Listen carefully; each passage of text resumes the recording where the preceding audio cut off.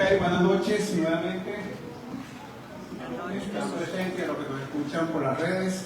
Hoy un tema interesante, como comenté, como todos los temas de la palabra de Dios, que tenemos la gran bendición. Al principio de la humanidad no había algo escrito. Al principio de la iglesia primitiva había muy poca literatura acerca de la iglesia, acerca de la doctrina verdadera, la doctrina de Jesucristo, la doctrina de los apóstoles. Hoy tenemos la bendición que tanto física como virtual tenemos la posibilidad de leer la palabra, la posibilidad de nutrirnos de la palabra de Dios. El tema de hoy es el Espíritu Santo, esencia y personalidad. El Espíritu Santo, esencia y personalidad. El Espíritu Santo sí es nombrado en la palabra de Dios y nosotros como cristianos lo nombramos, pero conocemos realmente el Espíritu Santo, realmente sabemos sus funciones, su esencia, sabemos sus propósitos, sabemos qué tanto es importante en nuestra vida espiritual. Entonces vamos a estar en este aspecto del Espíritu Santo, hablando acerca de la esencia y de la personalidad del Espíritu Santo. Vemos que hay algunas dudas en cuanto a la personalidad del Espíritu Santo. A veces hay personas que creen que el Espíritu Santo es una fuerza, es algo que impersonal, es algo que no está relacionado con el propósito de una forma tangible, con el propósito de la salvación de Dios, que es algo que sí, Dios viene de Dios, pero no es dentro de ese plan salvífico de Dios una persona, sino una fuerza.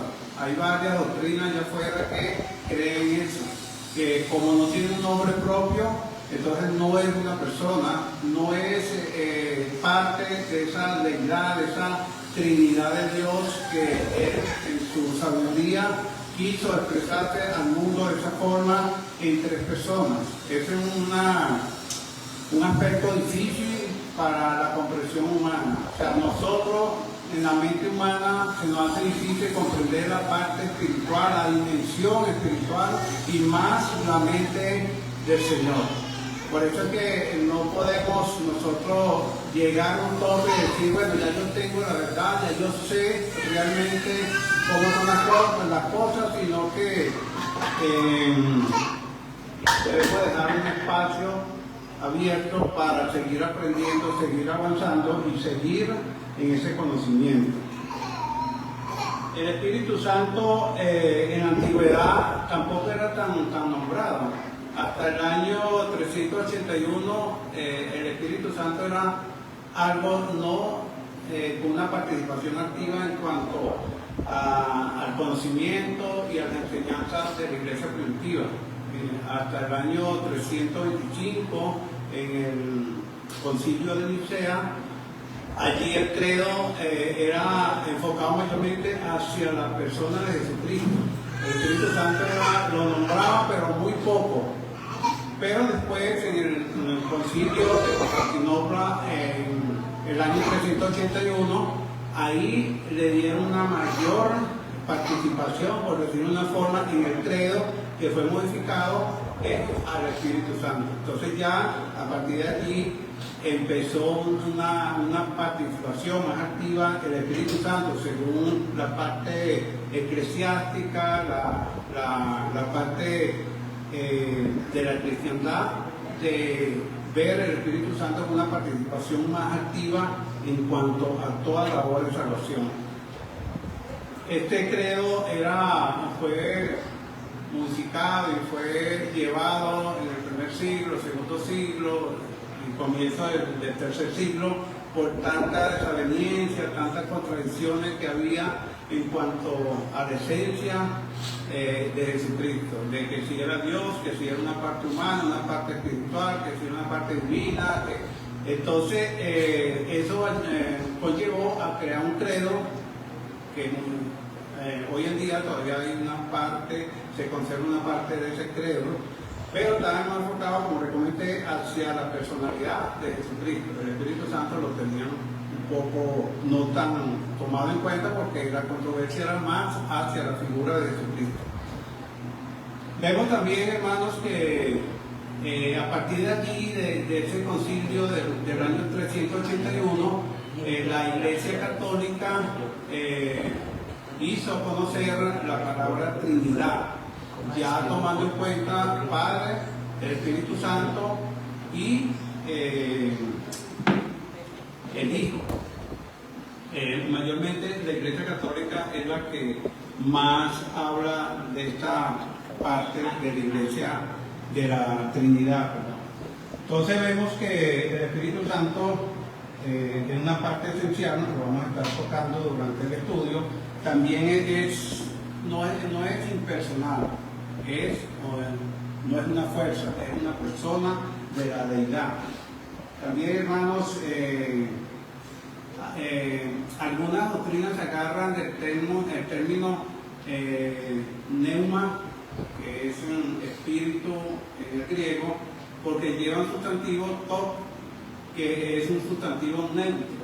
Entonces, como no hay una definición de que si es hembra o es varón, entonces no le atribuye la condición de persona. Fíjate como el ser humano va buscando dónde agarrarse, ¿no? Cualquier detalle para afirmar o para dar a conocer una doctrina que no es verdadera. Sí, ciertamente sale con el sustantivo top, pero es una forma gramatical que no es tan rígida y lo podemos ver en una palabra que también la podemos conseguir en la Biblia, que es la palabra paidión. La palabra paidión en griego significa infantes, pero a la vez niños.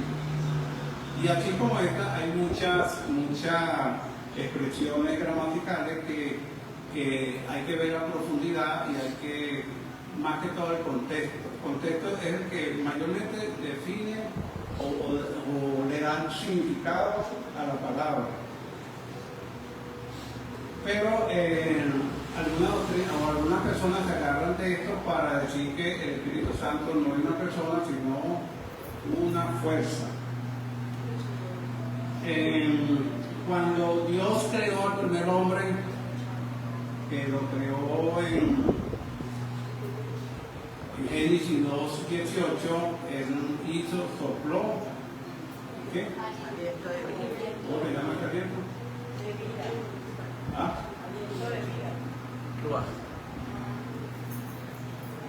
En griego, perdón, en hebreo es ruach, y en griego es neuma. Pero es el mismo espíritu de vida cuando los escritos de antigüedad se refieren al Espíritu Santo. También el Espíritu Santo sale 94 veces en la palabra. En total son como 200 veces, pero está distribuido, me llamó la atención esta parte, ¿no? El Espíritu de Dios 26 veces, el Espíritu de Jehová 28 veces, mi espíritu, su espíritu, refiriéndose a Dios 20 veces, Espíritu del Señor, Espíritu de verdad, etcétera, 25 o 30 veces. Entonces vamos a conseguir en la palabra, cuando estemos leyendo mayormente en el Antiguo Testamento, varias definiciones que tiene el Espíritu Santo. Varias, es como Jesucristo. Jesucristo se conoce como el Hijo de Dios, Jesucristo, Jesús, Cristo, el Verbo.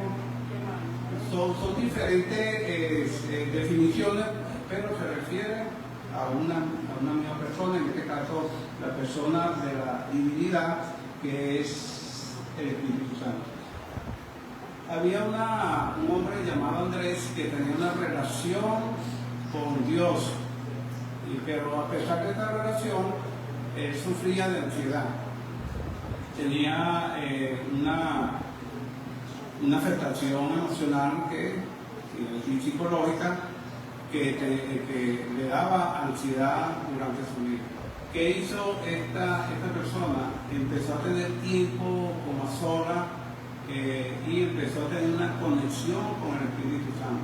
O sea, con algo que le hacía sentir bien, con algo que le cambiaba los pensamientos y lo ponía y lo colocaba o le daba una condición, una actitud positiva. Y al final él entendió que era el Espíritu Santo que estaba obrando en él, que él estaba trabajando en él, porque apartó ese tiempo para tener la conexión con Dios. Nosotros, hermanos, la palabra nos habla acerca de la disciplina espiritual, acerca de esa meditación en la palabra de Dios, como Salmo capítulo 1, que nos habla que meditemos en la palabra de Dios. Y muchos otros textos nos guían hacia esa meditación. Si nosotros logramos tener esa conexión con Dios, va a ser una vida totalmente diferente.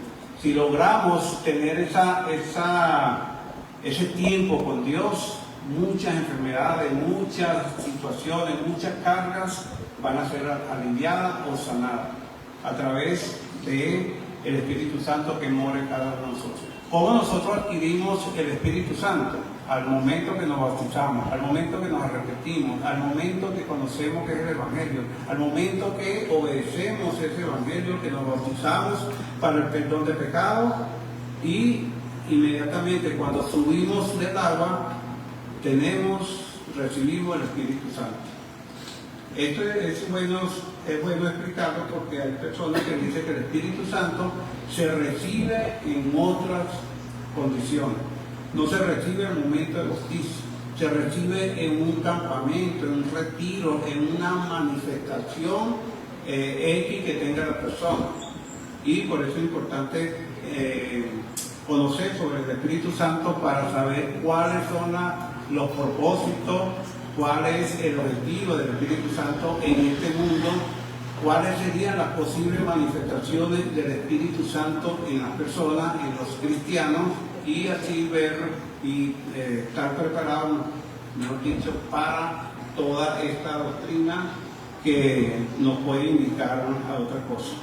La palabra esencia, hermano, en el griego significa sustancia, naturaleza, ser y núcleo, la sustancia. Entonces, el término de sustancia, llevándolo al Espíritu Santo, era naturaleza, ser y núcleo de Dios, o sea, es una sola sustancia. Esto también fue controversia en el primer siglo. Si era Jesucristo tenía otra sustancia que el Espíritu Santo, no, es una sola sustancia de la divinidad, en este caso el Espíritu Santo. La personalidad, prosopon, que significa identidad, carácter, individualidad, temperamento y forma de ser. Identidad, carácter, individualidad, temperamento y forma de ser. Esas son las características o la definición de la personalidad. Entonces, es importante tener esto en mente para reconocer al Espíritu Santo en una persona, porque tiene esta característica de una persona, de lo que se define como una persona. Hermano, yo quiero, no sé si alguien me puede ayudar, tengo este comentario de Jack Potter y me gustaría leer unos 3 párrafos. Si alguien me puede ayudar con la lectura.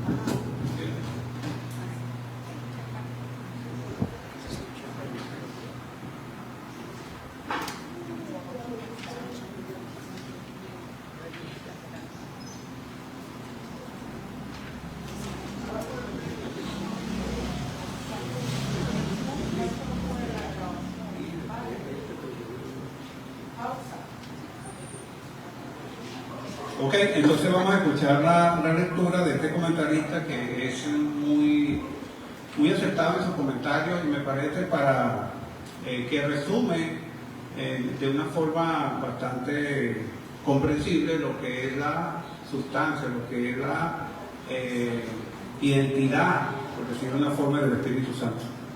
Las principales palabras para espíritu son ruach en el Antiguo Testamento y neuma en el Nuevo Testamento. Además de espíritu, estos términos pueden significar también aliento y viento, según lo determine el contexto.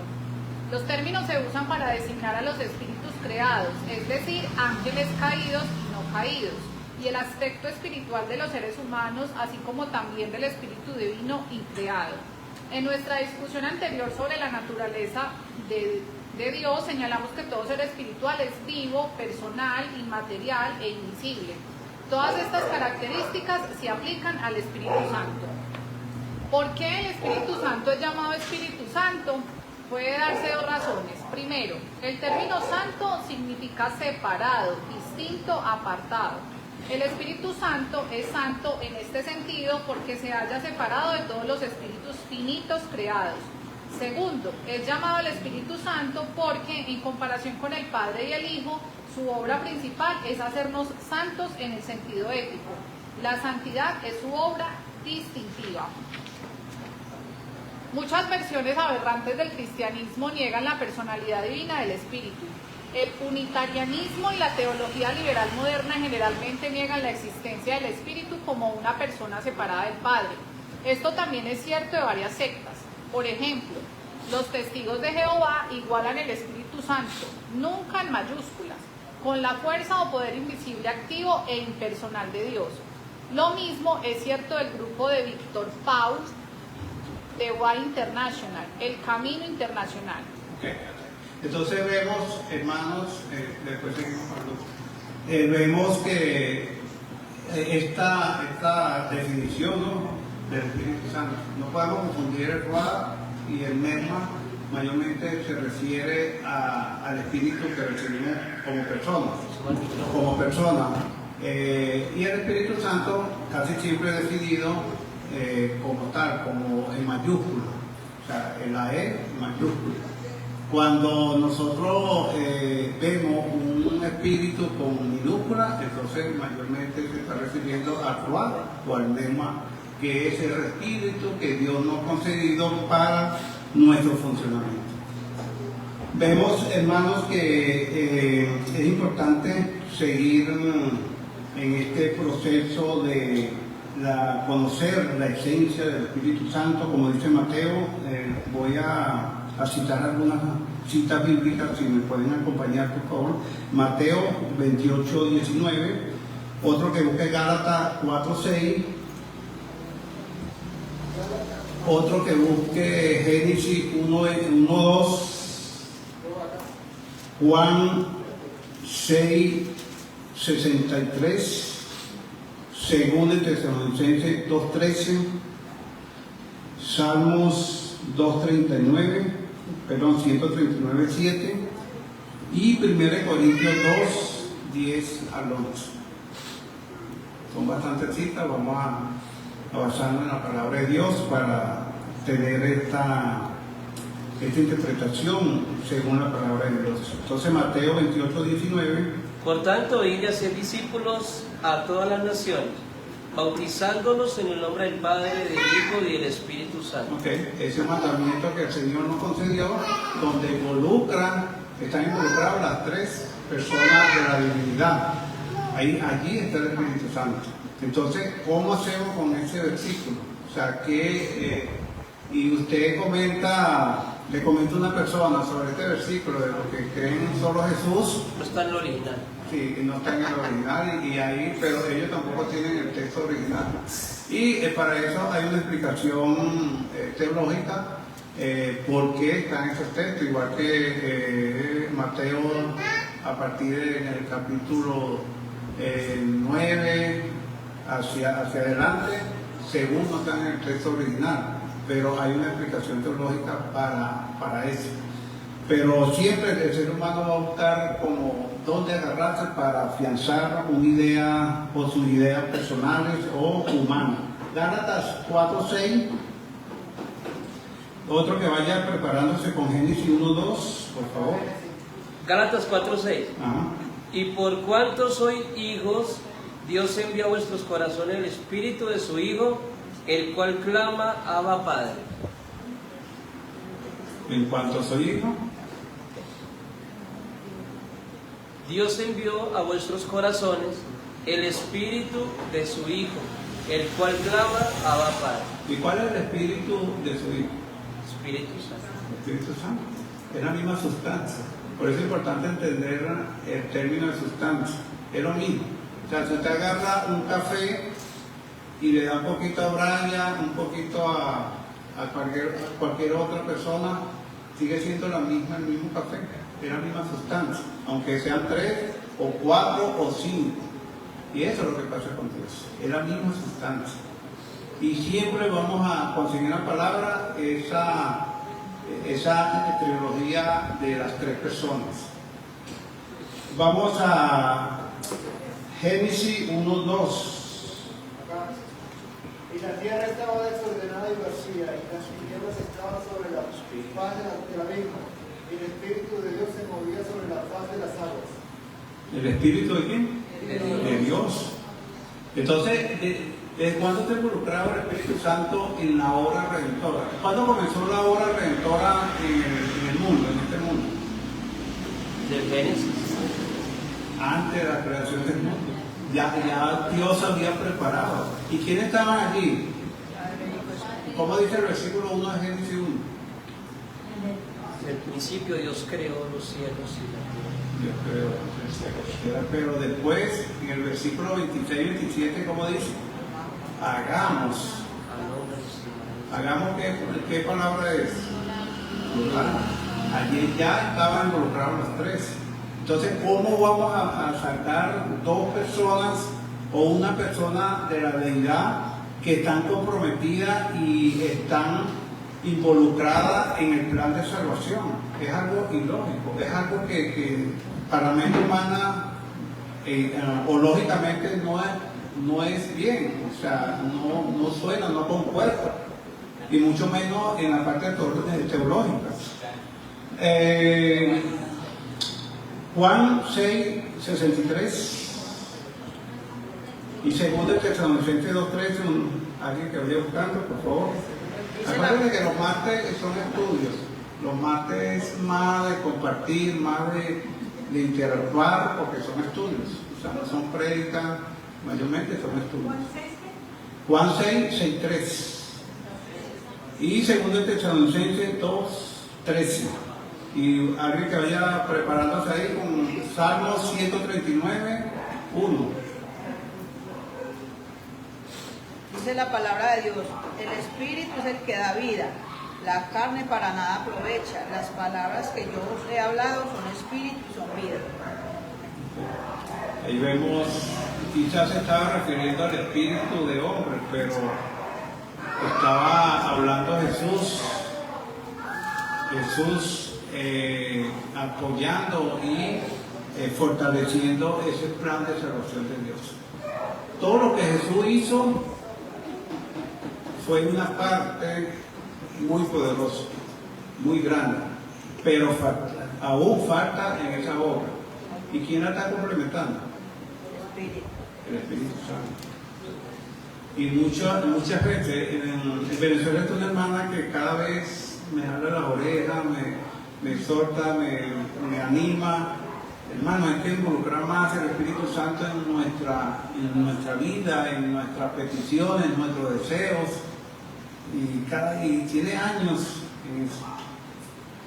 Y es cierto, porque el Espíritu Santo es parte de esta obra redentora, de esto que nosotros somos parte.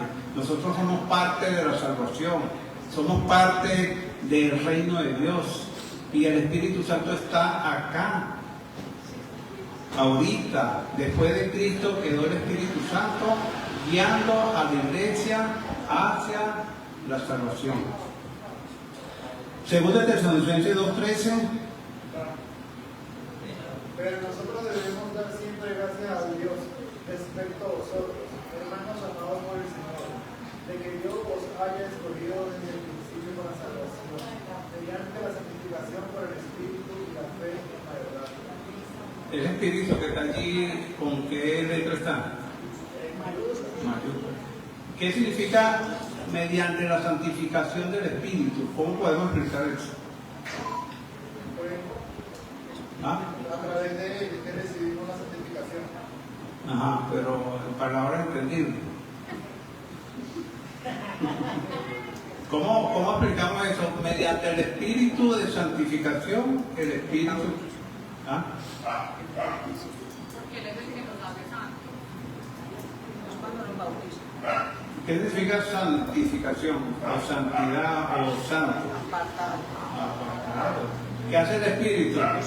Nos lleva a la santificación. O sea, estar cerca de Dios, estar del lado de Dios. Eso es lo que hace el Espíritu Santo. O sea, nos mantiene. Cuando hacemos algo malo, ¿cómo nos sentimos? ¿Qué sentimos en el corazón? Nos sentimos mal porque estamos haciendo algo que no es santo, nos aleja de la santificación. Por eso es importante darle espacio al Espíritu Santo. Yo creo que muchas veces el Espíritu Santo el Espíritu Santo está en nosotros, pero muchas veces no le damos protagonismo.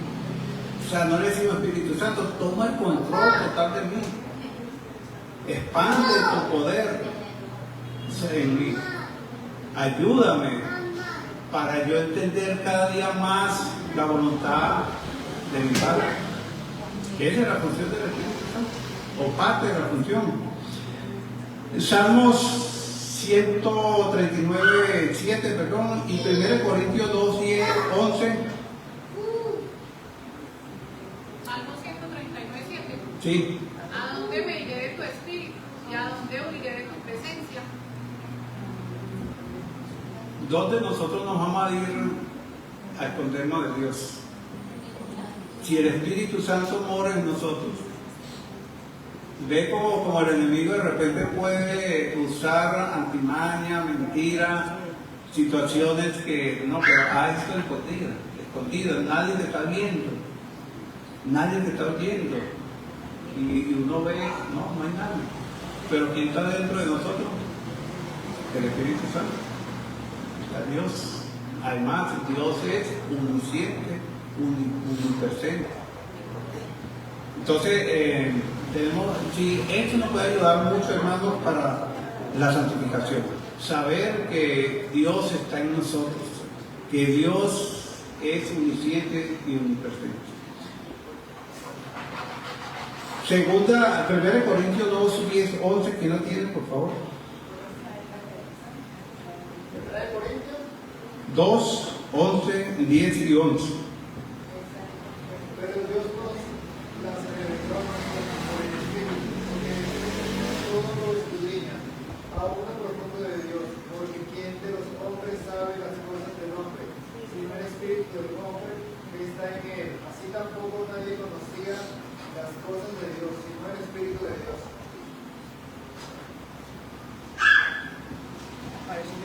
¿Qué decía Jesús mientras estuvo en este mundo? ¿Qué? El que me ha visto al Padre. ¿Cuántas veces lo dijo? ¿Y el Espíritu Santo qué hace? Conoce las cosas del Padre. Entonces, ¿qué indica eso? Que los tres son uno. O sea, se conocen mutuamente porque son uno. Y actúa en una coordinación perfecta para que el ser humano logre la salvación. No hay situaciones allí que pueda obstaculizar esa obra redentora del Señor. No es una fuerza, el Espíritu Santo no es una fuerza. Cuando escuchen esa palabra, no crean en eso, no es una fuerza, es una persona. Es parte de la sustancia, de la esencia de Dios, parte de la deidad, tiene naturaleza divina, poder propio, amor, etcétera, etcétera. Es el dador de la vida y la santificación. Hermanos, esta es la esencia del Espíritu Santo. La personalidad del Espíritu Santo, le voy a pedir a la hermana que lea el segundo párrafo que está allí.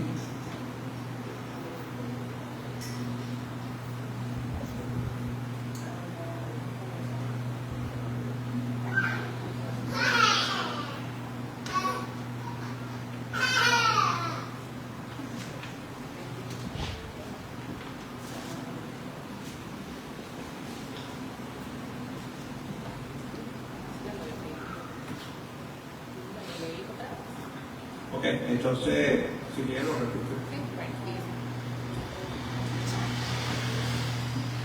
Mucho, pero qué pena, hermano.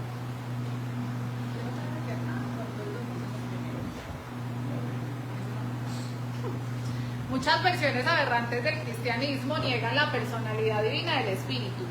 El unitarianismo y la teología liberal moderna generalmente niegan la existencia del Espíritu como una persona separada del Padre. Esto también es cierto de varias sectas. Por ejemplo, los testigos de Jehová igualan el Espíritu Santo, nunca en mayúsculas, con la fuerza o poder invisible, activo e impersonal de Dios. Lo mismo es cierto del grupo de Víctor Paul, de White International, el Camino Internacional. Ok, entonces, bueno, repetimos ese texto para afianzar cada vez más que hay doctrinas, hay conceptos humanos que no creen en la personalidad del Espíritu Santo. Eso es importante tenerlo. ¿Por qué? Porque allá afuera nos vamos a conseguir con personas que creen en eso. O sea, creen que no, el Espíritu Santo es una fuerza. Y ya nosotros sabemos que no es una fuerza, es una persona. Vamos a buscar algunas citas, hermanos, para afianzar esta condición de la personalidad del Espíritu Santo. Juan 14:16. Juan 14:16. Yo rogaré al Padre y os dará otro consolador para que esté con vosotros para siempre. Okay. Cristo, en su infinito amor a la iglesia, dijo esto muchas veces: ustedes no van a quedar solos, le enviaré a un consolador. En griego es paracleto, uno que anda al lado, uno que siempre va a estar con nosotros, uno que nos va a guiar. Imagínense los cristianos sin el Espíritu Santo. Si teniendo el Espíritu Santo somos vulnerables ante la tentación de Satanás, ante las mentiras de Satanás, imagínense que no tuviéramos el Espíritu Santo. ¿Cómo fuera la vida de la iglesia? ¿Cómo fuera el comportamiento de los cristianos? Fuera algo quizás desastroso. Si teniendo el Espíritu Santo en la iglesia se ven muchas cosas, en nuestra vida cometemos errores que no son nada agradables a Dios. Y no teniendo el Espíritu Santo fuera algo bastante horrible. Cristo dijo varias veces: yo me voy, pero quédense tranquilos, yo lo voy a enviar al Espíritu Santo para que lo acompañe. Y en Juan 14, capítulo 16, vemos también la función del Espíritu Santo. No vamos a entrar en el detalle allí, pero lo pueden leer después, para que sepan, se den cuenta que las manifestaciones no es que una persona se tire al piso, no es una persona que grite, no es una persona que hable en lengua, no es una persona que haga cualquier manifestación a nivel humano, sino es otro propósito, otros objetivos que tiene el Espíritu Santo en cada uno de nosotros, otro tipo de manifestación. ¿Cuántas personas están engañadas allá afuera porque creen que si no hablan en lengua, si no tienen una manifestación del Espíritu Santo que tiembla, se cae en el piso, grita, no están bien con Dios, no están bien en su vida espiritual. Hay muchas personas de afuera que están así, que están creyendo esa mentira, y es una mentira, porque la Biblia nunca dice que la manifestación del Espíritu Santo es de esa forma. Es totalmente diferente, es guiarnos al Padre, dando a conocer el juicio final, que reconozcamos que somos pecadores, que sepamos que necesitamos un proceso de santificación. Esa es la función del Espíritu Santo, o parte de la función del Espíritu Santo. Romanos 8:27, se lo leo por acá. Dice, Romanos 8:27 dice, más el que escudriña los corazones sabe cuál es la intención del Espíritu, porque conforme a la voluntad de Dios intercede por los santos. Intercede por los santos. ¿Qué hace el Espíritu Santo? Imagínense cuando nosotros estamos, hermanos, en una condición de pecado, una condición que exponemos al Espíritu Santo a pecar, a estar en una condición de pecado. ¿Cómo se siente el Espíritu Santo? ¿Cómo creen ustedes que se siente? Triste. Entonces, ¿qué dice que se contriste? ¿En qué existe? ¿En qué libro?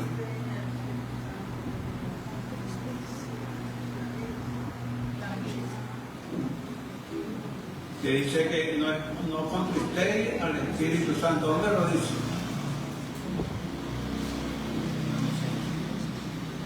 Creo que está entre Génesis y Apocalipsis. Está por ahí en Efesios. ¿Qué capítulo?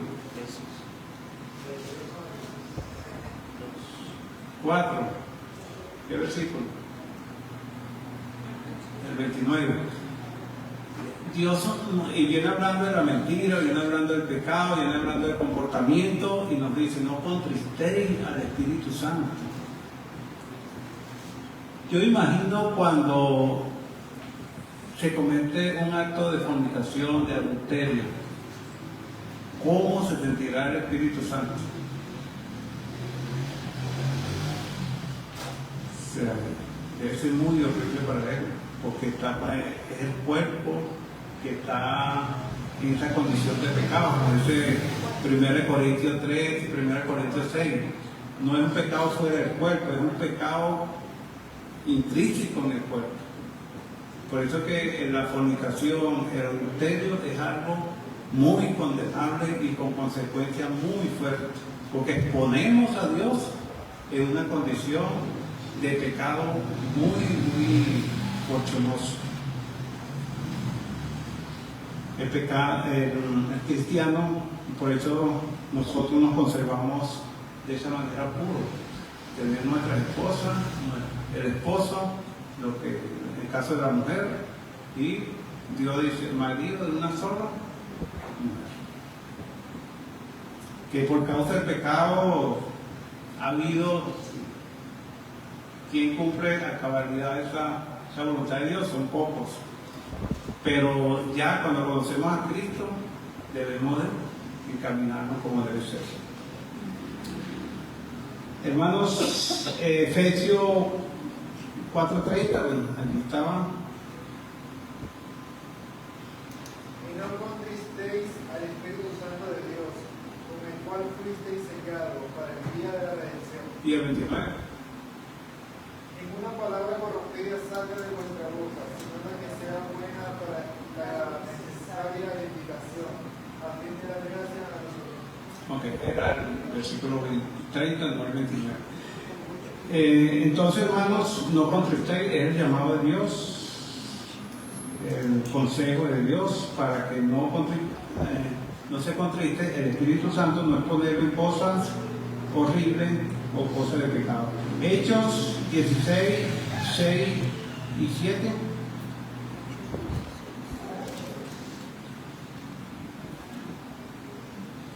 Hechos 16, 6:7. sí.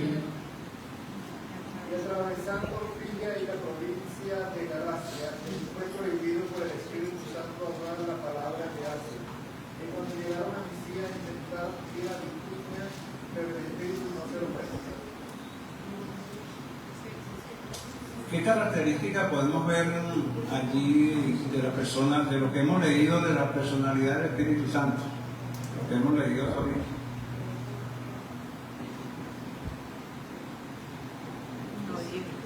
La persona se contrita, se pone triste. La persona habla. La persona dirige. La persona piensa. Porque aquí, ¿qué le está diciendo el Espíritu Santo a Pablo?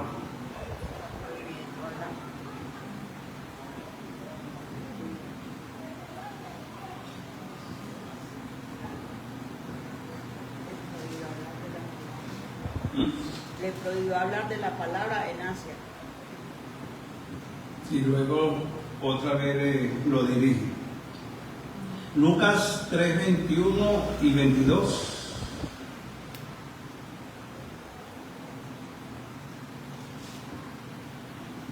Sucedió que cuando Juan los estaba bautizando a todos, también Jesús fue bautizado, y mientras oraba, el cielo se abrió. Y el Espíritu Santo bajó sobre él de forma visible como una paloma, y se oyó una voz en el cielo que decía: Tú eres mi Hijo amado, a quien he elegido. Okay. ¿Quiénes subieron el bautizo de Jesús?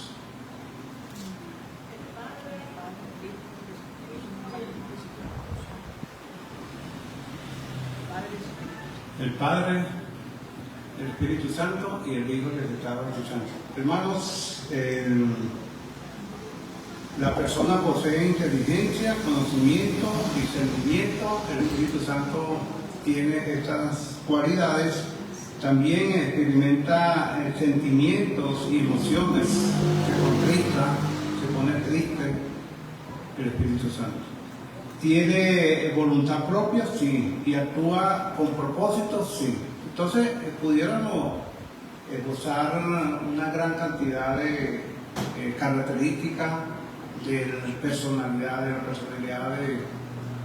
del Espíritu Santo. Pero creo que con este abreboca podemos afianzar nuestro conocimiento hacia el Espíritu Santo. No es una fuerza, es la esencia de Dios. Es parte activa en la obra redentora.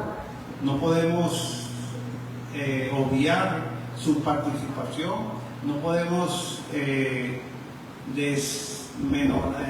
desvalorizar o no valorar su participación en la obra redentora. Así como el Padre, como el Hijo, es el Espíritu Santo. Tiene una obra muy importante de llevarnos al Padre, lidiar con nosotros. ¿Será que al Espíritu Santo le resulta fácil lidiar con nosotros? Con nuestro carácter, con las mentiras, con nuestras emociones, es un trabajo difícil, una obra difícil para el Espíritu Santo. Y grande y muy loable. La obra que está haciendo el Espíritu Santo en cada uno de nosotros. No es esa manifestación como lo comenté, no es temblar, caer al piso, es lo que hace el silencio que nosotros muchas veces no nos damos cuenta. El Espíritu Santo está allí obrando, está intercediendo con nosotros cada momento, cada día, con gemido indecible. Valoremos, hermanos, la obra del Espíritu Santo en nosotros. Amemos al Espíritu Santo, pidámosles también al Espíritu Santo, entreguémosle la potestad de nuestro cuerpo, de nuestra mente, de nuestro corazón al Espíritu Santo. Invitémosle a que obre en nuestra vida con amplitud, con dominio, y no querramos nosotros tener control de nuestra vida, de tener cosas guardadas, cosas bajo nuestro control como en la mente humana.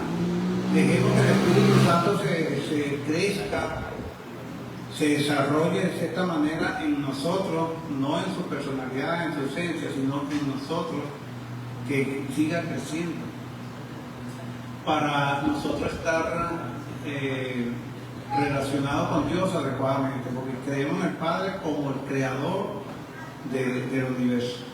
Creemos en Jesucristo en su expresión de amor más grande que ha conocido la humanidad. en entregar su vida por la humanidad. Pero conocemos también al Espíritu Santo que está obrando hoy en día en la iglesia, en cada uno de nosotros, que está trabajando duro para llevarnos al Padre. Usted sabe lo que le cuesta a uno como cristiano mantenerse en santidad.